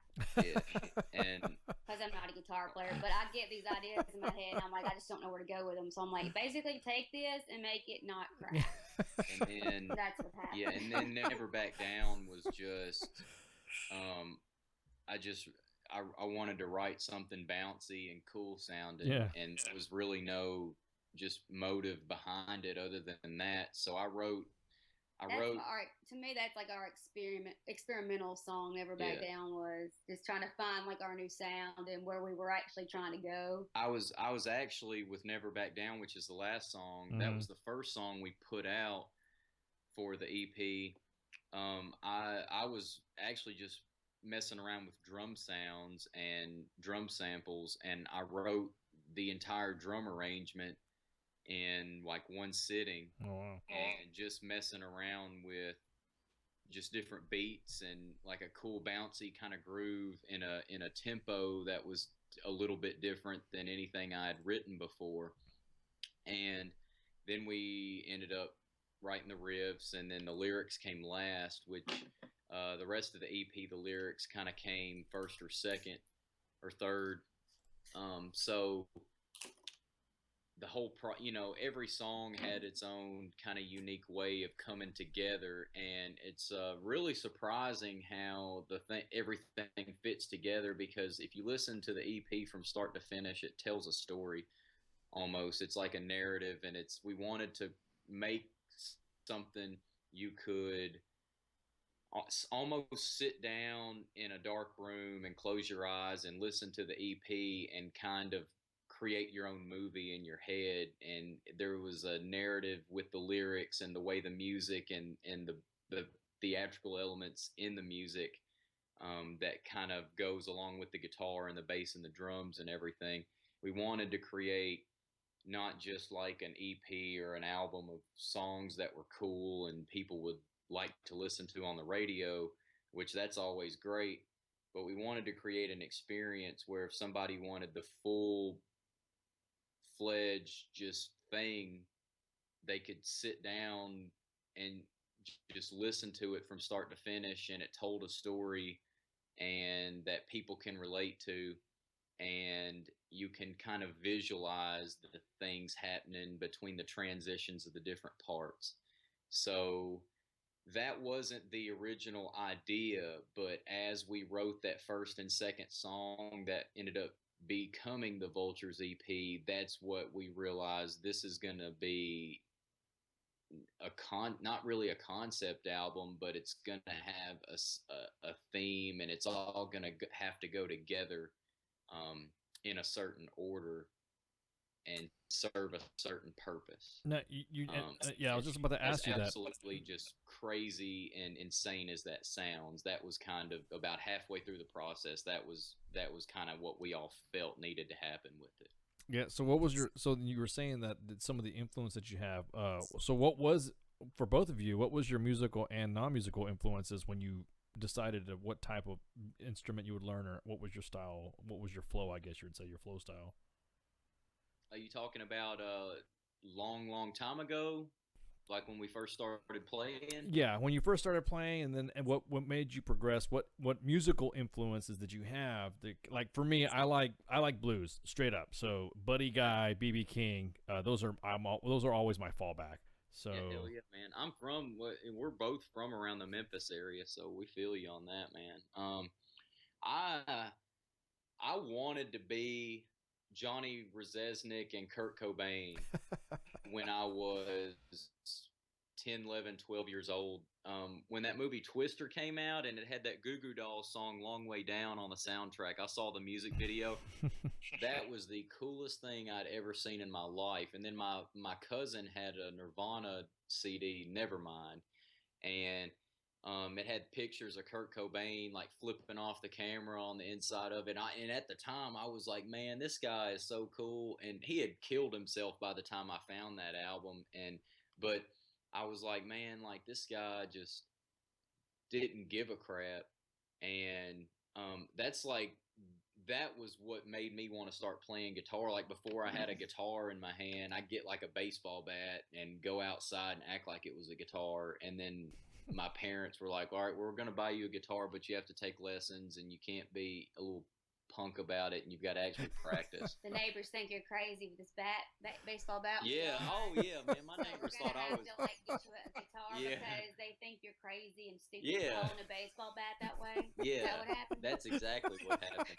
And then as I got older, I was really into Seven Dust. I think I got Seven Dust's Home album when I was like 14 or 15. And Thrice was a big influence on me, and all the screamo bands. When I was a teenager, that the big screamo movement was happening, like Thursday and Thrice, and all of those bands. We used to run over to Memphis and see a lot of local Memphis bands play, and I remember being like 14, 15 years old and seeing these guys in their late teens, early 20s on stage, and they were packing out places, 500 to 1,000 person venues in Memphis. And I was like, man, like you don't have to have $1 million to write good songs and get people to come out and have a good time with you. And those were the rock stars to me, like the guys that worked day jobs and wrote music on the side and had big crowds come out. Like that was the moment for me when I realized, like, man, like I can do this. I can write some songs and start a band and get some guys together, and all we got to do is write songs and people just come out. Well, as I got older, I realized it's a lot harder than that, but that's what kind of got me into it, man. Like up until I guess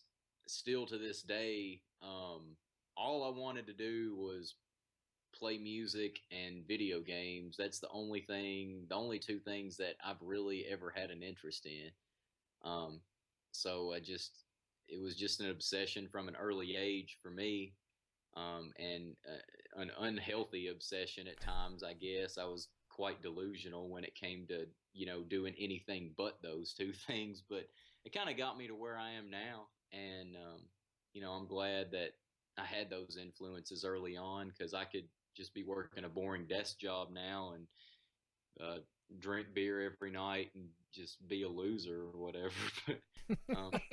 I guess I can write some songs and some people like them, and I'm not as much of a loser because of that. So So, Have you yeah. now? Have you been in any collaborative efforts with any other musicians? Like, have you written songs for them, and they've, you know what I mean? Have they have they done anything? Have they recorded some of the lyrics that you've written for them? Both of you guys, have you done that?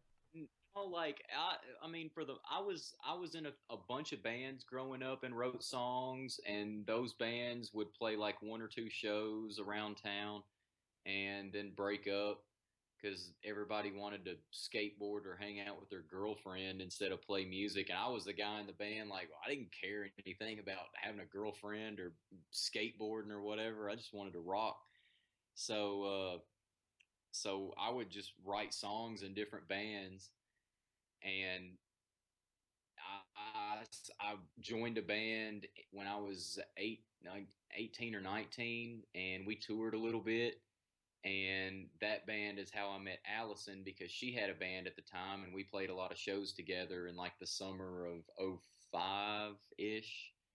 So we became friends that way. And then I ended up leaving that band. They signed a really, really terrible record deal. And I was in school, and I was like, well, I'm not going to make any money if I drop out of school and go with these guys. And that band ended up breaking up like 6 months later. So that was a good call on my part. But Allison and I started playing music together in 06, 07. And she had some different bands, and I was never really in any of those bands, but she and I kind of played music together and wrote songs, and she would bring me songs, and I would like them, and a lot of them I didn't like. And same way with like a lot of my riffs, she would be like, that's cool, but there's no way you could write lyrics on top of that type of thing. But to answer your original question, no, I've got songs that really aren't Roses Unread songs. No, I've worked with a few bands, and you know, hasn't a lot of them don't really fit the style of the bands that I produce on the side. But yeah, I do write just a bunch, and some of them are a lot like really too weird for Roses Unread. But well, I mean, speaking of Roses Unread, why did you choose, the band name Roses Unread, and then where did you get it from? I mean, what was the inspiration to say, that's all Allison. It's a pretty funny story. Well, way back in the day, we were called Black Lace, and he gets mad when I mention this, but that's because it's just so lame sounding, but, whatever. We were called Black Lace, and this band from overseas, 80s band, they not text me, but messaged me on MySpace, and they're like, if you don't change your name, we're going to seek legal action. And I was like, okay. So I went back, and I was like, guys, we better change your name. I don't know if these guys are full of it or what, but the name kind of sucks anyway, so this is like an opportunity to change it. I fucking love it. So, but it sucked in a way because we kind of built a little following. I mean, little, but, we built a little following, and who did know us was going to have to, pretty much we're going to have to start over again and rename it. But I don't know, at the time, female fronted bands didn't really get that much respect. I mean, there's a lot more for it now, but, at least in Memphis, we're kind of looked over a little bit. And well, I mean, it's kind of like, it's kind of like judging a book by its cover, and like you can't see the flower before it opens. So Roses Unread. It's like, judging something before you actually know about it, kind of thing. I got you. And, I got you. With changing the name, that's kind of how that reflected that. Well, Black Lace is a British pop band that likes to fucking sue everybody anyways because they're still trying to maintain the relevancy. That's them, yes. Yeah. So no, I mean, I knew Allison, we talked about it before, but I wanted the audience to hear because you were starting to cut out the last time when we were talking about the name, and you were like, yeah, those guys, kind of whatever, and I was figured, you know what, fuck it, let's just talk about these guys right here. So they got butthurt, and they the cheesiest shit I've ever seen in my life, dude. It's hilarious. Well, from the, like I said, they're like literally from, I'm gonna date myself, my genre of when I was growing up. You know what I mean? A lot of those guys collaborated with Ringo Starr, and Brit bands to me are fucking melodramatic, anyways. So, it just, to me, I was like, yeah. So when you said black lace last time, I'm like, I wonder if you're talking about the black lace that no shit. Yeah, you are talking about. Yeah. That was them. And Yeah. I was like, all right. And, you know, I was like, that was like a blessing in disguise at the time. And I'm very glad they messaged me. Oh, I would like to know. Thank you. Yeah, exactly. I'd like to know right now who's you have to change it or we'll sue you. You're like, whoa, wait a minute. I mean, this is MySpace. I'm like, oh my gosh. MySpace. It goes to show the Brits not knowing. Hey, dude, you know there's a thing called Facebook, right? You got shirts and stuff too that said black lace. That's pretty bad. I mean, yeah. Wow. Yeah. So you chose it more so roses unread. It's almost like you're equating a rose to being like a book. So it's opening it up and then it's kind of like that's like I said that's the I guess the poetic part of it coming out. So speaking of which, so did that ever cause any additional drama to that? I mean, is that anybody after that? Is that pretty much done? Like no one talks to you about, hey, is there anybody that's come out and said, hey, we're going to sue you because we don't like roses unread either? No, I mean, like, that was like the only thing. It was so random. But like I said, I think it was a sign. I'll talk about this, even though I probably shouldn't. But the only legal action we've ever been threatened with was we played this piece of crap dive bar down in Alabama, and I hope this place burns to the freaking ground. But damn. we played this place. The sound was terrible. The bar staff treated us terrible. And like between Allison and I, we've played in like all over the country, and at least in the southeast and eastern part of the United States. Never been treated so badly.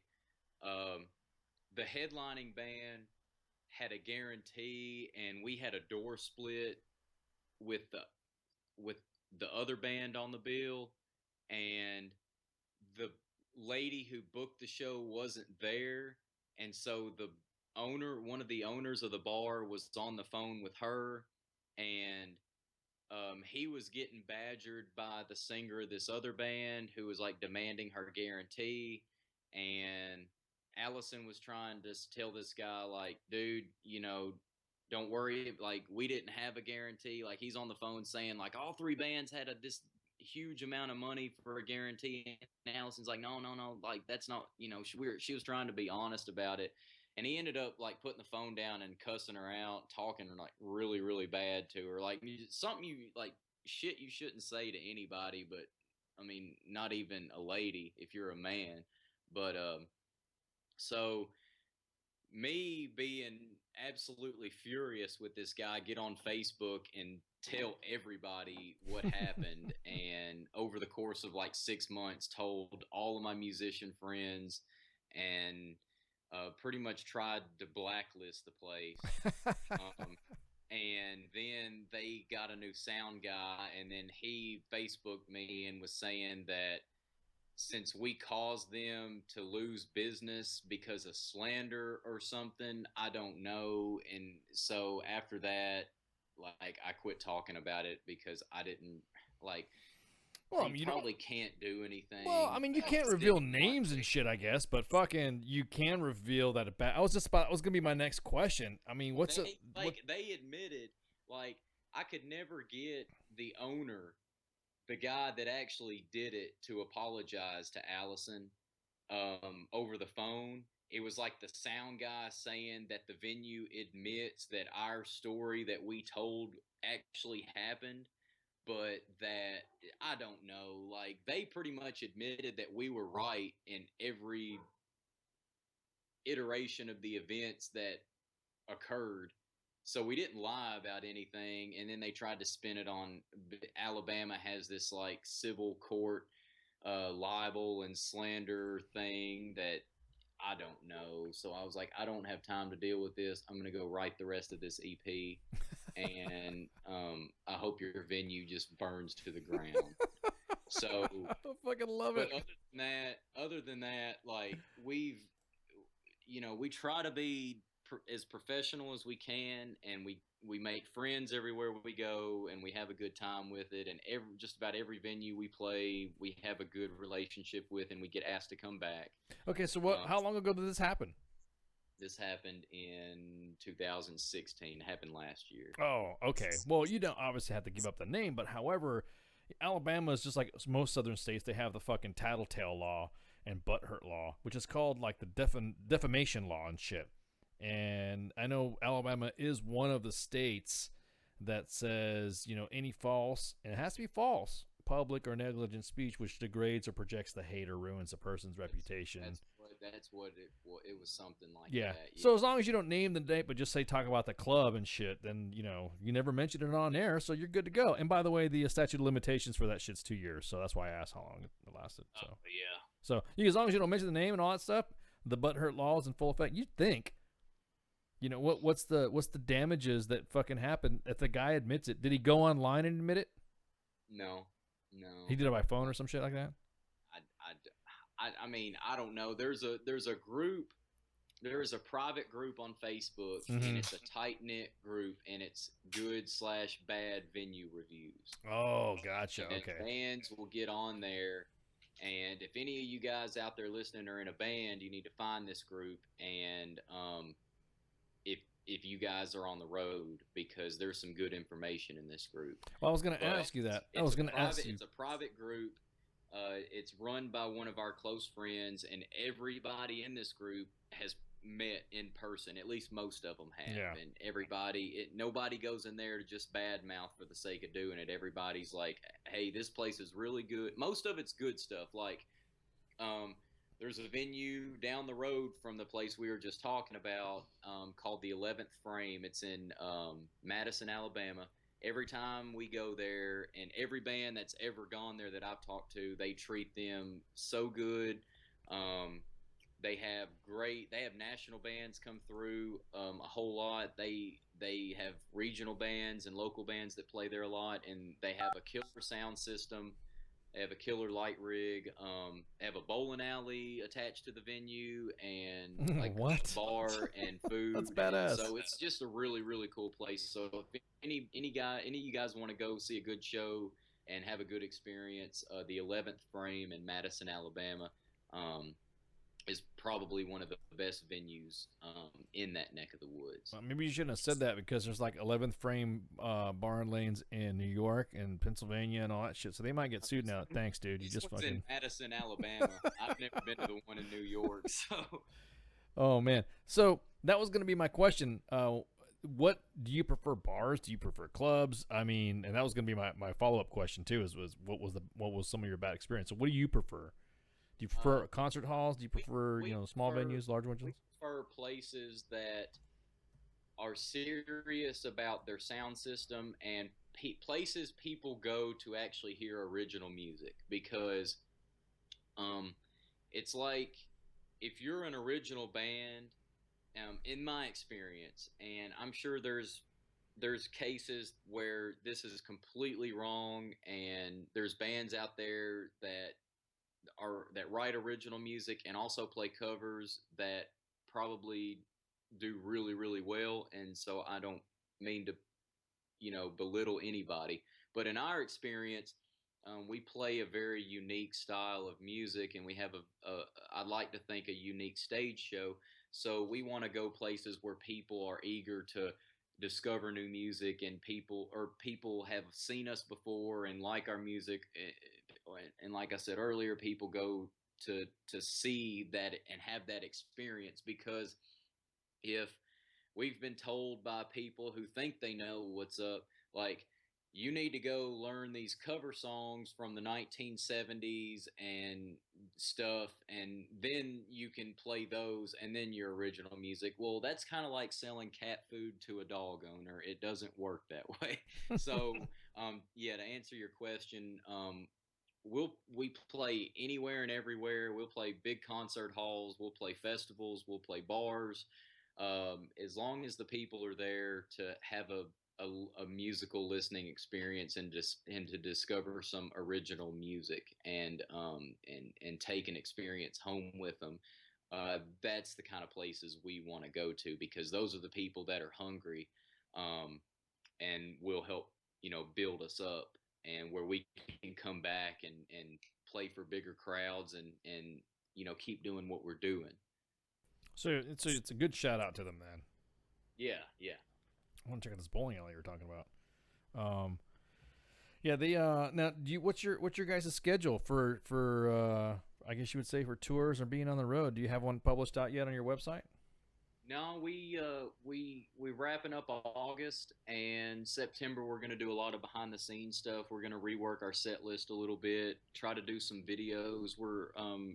We've got a lot of fans that are spread out and aren't able to drive to the shows in our area right now. We haven't been picked up for any national tours just yet, but so a lot of them are wanting more online and YouTube content. So we're going to do some more playthrough videos, maybe some video logs to give our fans overseas and further away a better experience after they've had a chance to listen to the music we have available.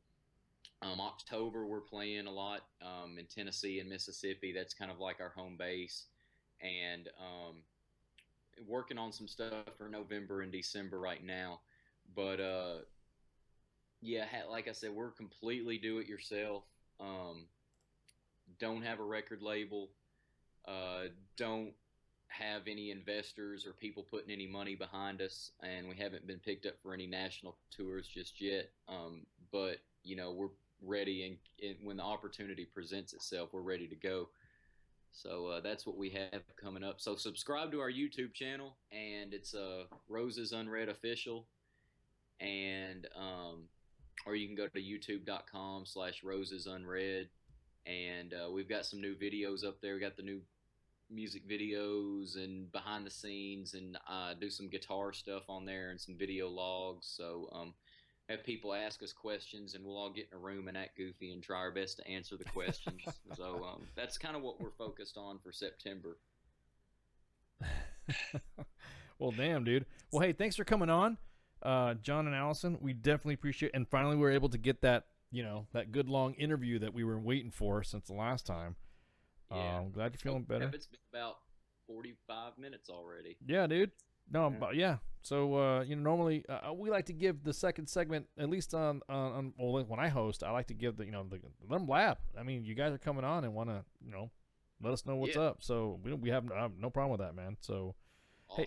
Hey, so thanks for coming on. We're gonna go ahead and guys, WTF Nation, we're gonna go ahead and kill the Facebook live feed, because we have to bust out some music and all this other stuff that Facebook Live won't let us do.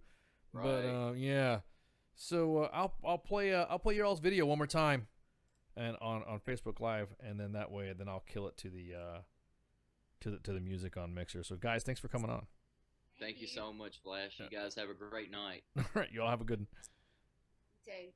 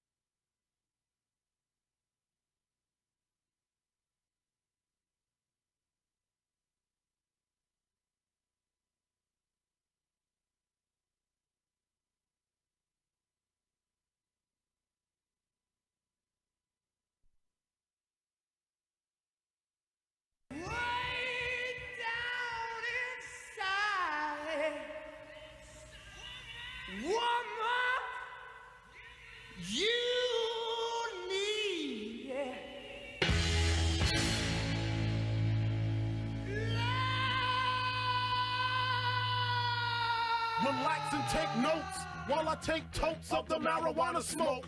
Throw you in a choke, gun smoke, gun smoke. Biggie Smalls for mayor, the rap slayer, the hooker layer. Motherfucker, say your prayers. Hail Mary, full of grace. Smack the bitch in the face, take her Gucci bag and a North Face off her back. Jap her if she act funny with the money. Oh, you got me mistaken, honey. I don't wanna rape ya, I just want the paper, the visa, capisha. I'm out like the vapor. Who's the one you call Mr. Macho? The head honcho, swiftest like Cubacho. I got so much style I should be down with the stylistics. Make up to break up, niggas need to wake up. Smell the Indonesia, beat you to a seizure. Then fuck your mom, hit the skin to amnesia. She don't remember shit, just the 2 hits. Her hitting the floor, and me hitting the clits. Sucking on the tits, had the hooker begging for the dick. And your mom ain't ugly, love, my dick got rocked quick. I guess I was a combination of House of Pain and Bobby Brown. I was bumping around and jumping around. After then I asked her who's the man, she said E.I.G. Then I bust in her E.Y.E. Dead wrong. This is Skinhead Rob from Transplant. You listen to the mashup hour with DJ Mugg. You got it going on. You're dead wrong. The weak of the strong. You got it going on. You're dead wrong. Straight to pain on your flip like a convict. The boom vicar. Jump in the accurate figure after I stick ya. Rip you like a razor. Straight up any with no chaser. Watch me erase you, misplace ya. Put you in the back with the derelict. Yeah, I pop money shit. Jump, I'm making hits. No time for the crack rocking shit. Took it to another level. Now I'm getting crazy paints, getting paid from the devil. Another amateur trying to damage the pedigree of the B.I.G. G.I.E. You know it's me. Holmes, I thought you know I'm smooth as a baby's ass. Smooth as Teddy Pendergrass. Smoke the grass, get in your ass. The Brooklyn born, test floor dawn, record shops, getting props, proving nobody drops. Words is potent, that's the blunt smoking Bed-Stuy bandit. And niggas just can't understand it. I bust a cap to the brothers in Nat, Comstock and Clinton. You know my shit is hitting. Yeah, y'all the fly nigga, Biggie Small. Get flavor, make a nigga wanna dig up in their drawers. For the burner, catch a body, I got styles like karate. Jiu-jitsu, when I hit you, then I split you like a cantaloupe. Hope you got a rope to hang yourself. I rob for self from Brooklyn. Where else? Back like a Lexus coupe, I ripped your troop. Not even Lois Lane could get the scoop. What, you think I'm stupid? My crew is mad deep. I hope you niggas sleep. Yo, big, you're dead wrong. You got it going on.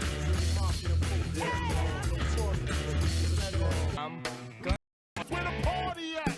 And can I bring my gat? If not, I hope I don't get shot. Better throw my vest on my chest. Cause niggas is a mess. It don't take nothing but frontin' for me to start something. Bugging and bucking at niggas like I was duck hunting. Dumbing out just me and my crew. Cause all we wanna do is